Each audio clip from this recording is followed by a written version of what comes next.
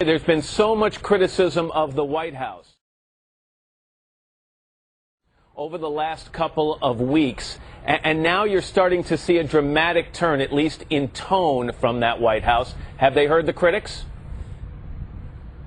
They absolutely have heard the critics, and as you put it in the open, this is the start of an attempt to essentially go on offense. You know, one of White House aides said to me last week, they realize they don't have a perceived, quote, command and control over this situation.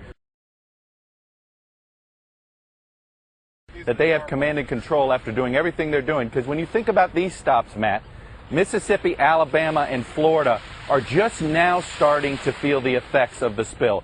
But it's an attempt to get out in front early, unlike the way the president handled the situation in Louisiana. Second, this Oval Office address. This is the first time that he's given a nationally televised address on this in prime time from the Oval Office. He's going to go through a few things in there, including explain to the public how they're changing the government regulatory process in order to make oil drilling safe again. He's going to make a push for energy legislation. Never waste a good crisis. Don't waste it when it can have a very positive impact on climate change and energy security, and that's what we're trying to do. And as a way to say, hey, America, we've got to get off of this addiction to fossil fuels.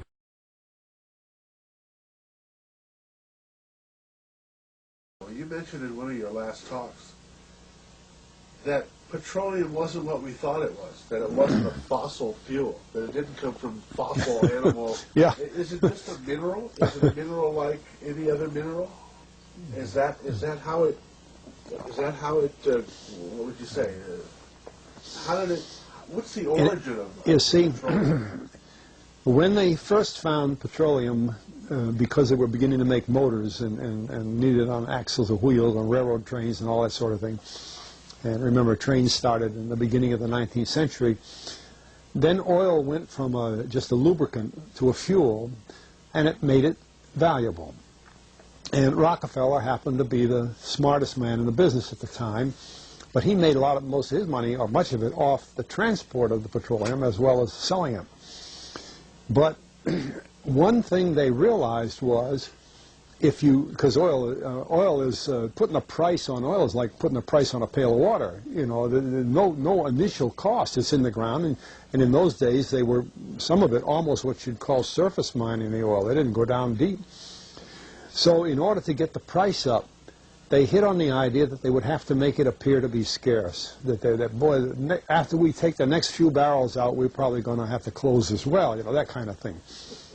But a very fortuitous event. In 1892, there was a convention in Geneva of scientists to determine what organic substances are. Well, the definition of organic is a substance with hydrogen, oxygen, and carbon.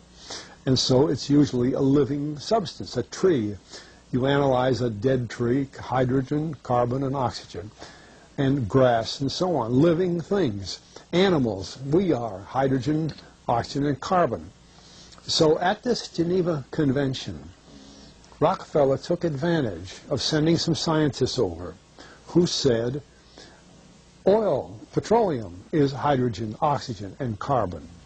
Therefore, it must be derived from the spoiling, the rotting of formerly living matter.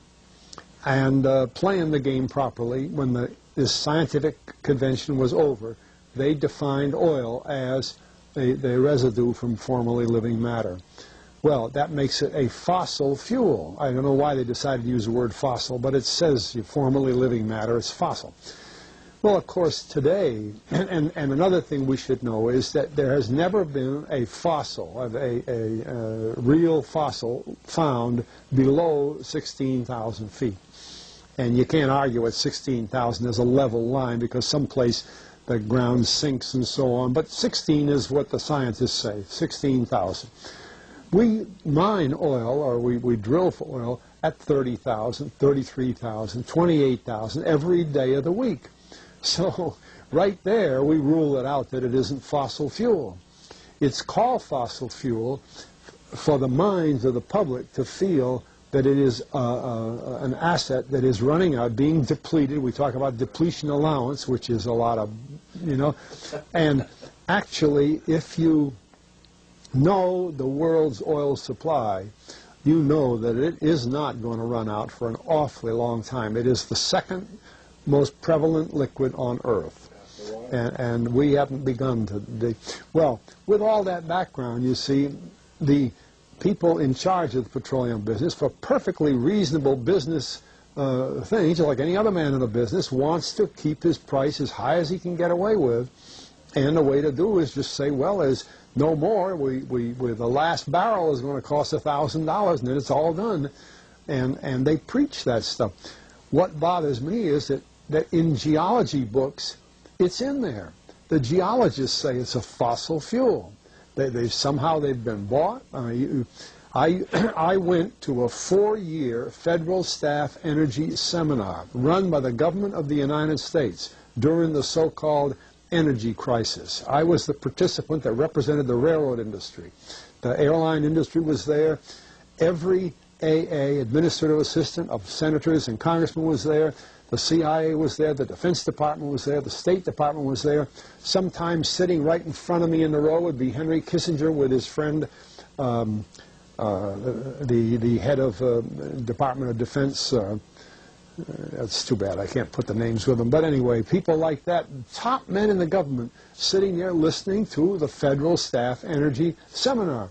Well, what this was doing is for 4 years, they were teaching a propaganda line to the leading people in this country, and therefore to the leading people in the world, when you include the Schlesingers, Kissinger and Schlesinger, among others.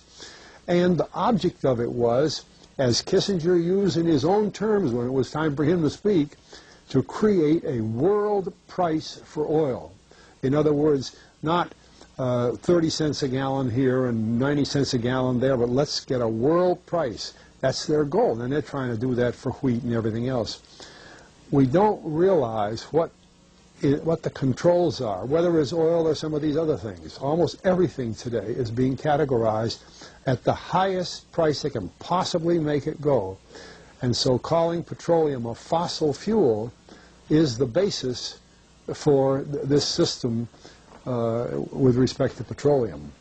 And I don't know if the name Arthur Kantrowitz rings any bell. Arthur Kantrowitz is the head of the Kantrowitz Labs set up by the Avco company near Boston, scientific laboratories.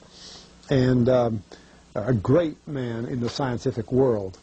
And Kantrowitz and I were sitting at a table at this seminar once, and the table happened to be all young college grad, PhD geologists. And so just to get a conversation started, I turned to Kantrowitz and I said, Arthur, what do you think about this foolishness of these speakers talking about fossil fuel? And it was kind of put up. He started laughing. He said, you know, that gets me. He says, I don't have a geology degree, but he had 1,000 other degrees. And he said, I don't understand. He said, you'd think that these heads, these other fellows at the table, we did it on purpose, start listening, you know. And he asked, he said, are you gentlemen? He says, you're here at the meeting. Are you gentlemen by any chance geologists? And one fellow, yes, I am. And the other, yeah. He said, well, why don't you tell me? He said, why is oil? You know, he went on like that. We brought the house down because nobody could argue with Kantrowitz. He like Einstein. People aren't going to. And he told him right there. He said, just drop it. But it's in all the books and in all the papers. But it started from that strange meeting in 1892, a scientific convention.